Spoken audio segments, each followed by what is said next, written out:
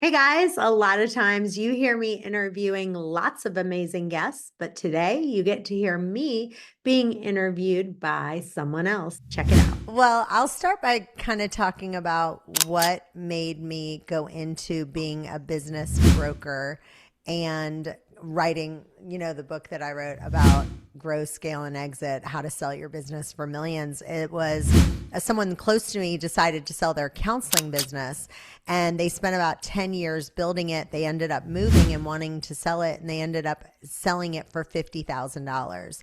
And I remember hearing that, like, after 10 years of working, they sold it for 50 grand. And I was like, that's kind of crazy. And the more I looked at the numbers, the reason became clear. And it was some things that they needed to do because buyers don't value the owner's labor, right? Buyers value the profit that exists without the owner. And so I think that was one story. And then another one was a woman came to me after her husband tragically passed away, and we ended up selling her business for $40,000. And that was a miracle that we sold it for that. And the truth is, her husband had been the entire operation. He was the technician, the service provider, the one that went into the homes. He did everything. And so when he passed away, that engine that powered the entire company basically disappeared with him. They need to think, if I got cancer tomorrow, if I died tomorrow, what would this business be worth? And exactly what you can do to sell your business for millions. 80% of businesses actually never sell. And most founders say they want to sell their business one day, and very few actually build a business that can be sold. The key thing that always comes up for me in doing this is that you need to go on vacation. And in order to really learn how to run a business and have a business that's sellable, you need to go on vacation, because then you're going to find out everything that's broke. Because every time your phone pings with something they need you for, or everything that stops in the process, that's broken. And that's what needs to be fixed. And, I learned that. It took frustration. Like, why are you bothering me for this? Why are you bothering? And I was mad at them for bothering me. And ultimately I was like, it's not their fault. It's my fault, because they don't have the answer. There's not a manual. There's not a process. There's not somebody else to do it. And so it's all dependent on my decisions. And when you have that key man, problem, then you are really going to struggle to sell, because then somebody's buying your job.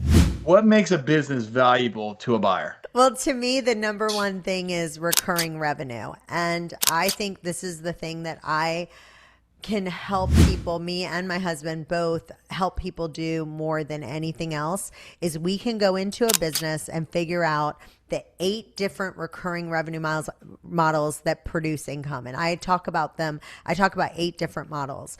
And the best analogy I will give you is either the refill model, where if you think about the Dollar Shave Club, right? Like, I love this company. It's such a brilliant company, right? Because you always need a razor, right? Guys need razors, girls need razors. It's a commodity. Everyone needs it. And every single month, these people are sending you a new razor. So with the car wash, if you think about car washes, right? There's a car wash we just helped that created a model where now they have $20 a month. Every single month you get unlimited car washes. It used to be, you don't want to keep chopping down the tree every single month over and over again. You need to come up with a recurring revenue model.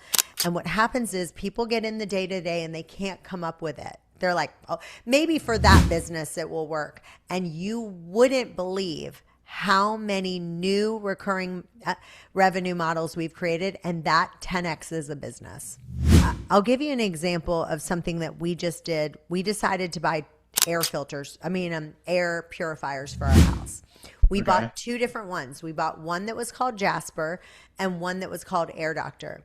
Jasper, when we first bought it, we didn't even realize it, but literally it must have been some little button that, said, please send me a new air filter every 6 months. Air Doctor, when we bought it, it never asked us that. So every 6 months I get a new air filter. Think about how much revenue, because you forget to get a new air filter. You forget that you need that.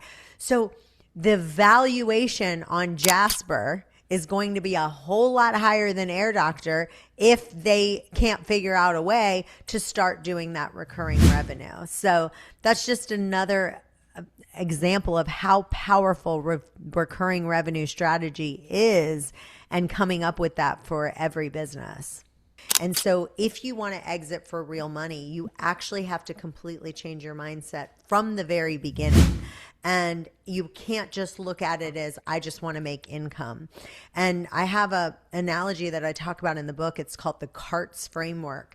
And C stands for, you want a commodity. You want something that people need, right? Because if you sell something that no one needs, then that's not going to work. And then A stands for automatable. You've got to figure out how to automate things. R stands for replicable. And you've got to be able to figure out how to repeat the process, because if something only works in one location because of one person, you can't scale, right? Like a lemonade stand that only works with you, that's not going to work. And then the last one is trainable. An average person, not a genius. If only a genius can run it, then it's going to be fragile. McDonald's trained thousands of teenagers. Chick-fil-A, my son works at Chick-fil-A. He's 15 years old, and he's able to deliver that same chicken nuggets and the same chicken sandwich every single day, the same way every day. And that's trainability. And then the last one is just simple. And I think that most of us as founders really make things complicated. Simplicity scales, and so complexity fails. Filling your mind with these amazing podcasts. Thank you, Dan, for putting this on and getting this out there for people. But, reading books. I know you've got a new book coming out too that I can't wait to read. And just really getting this information out so that people can start thinking differently just from the start.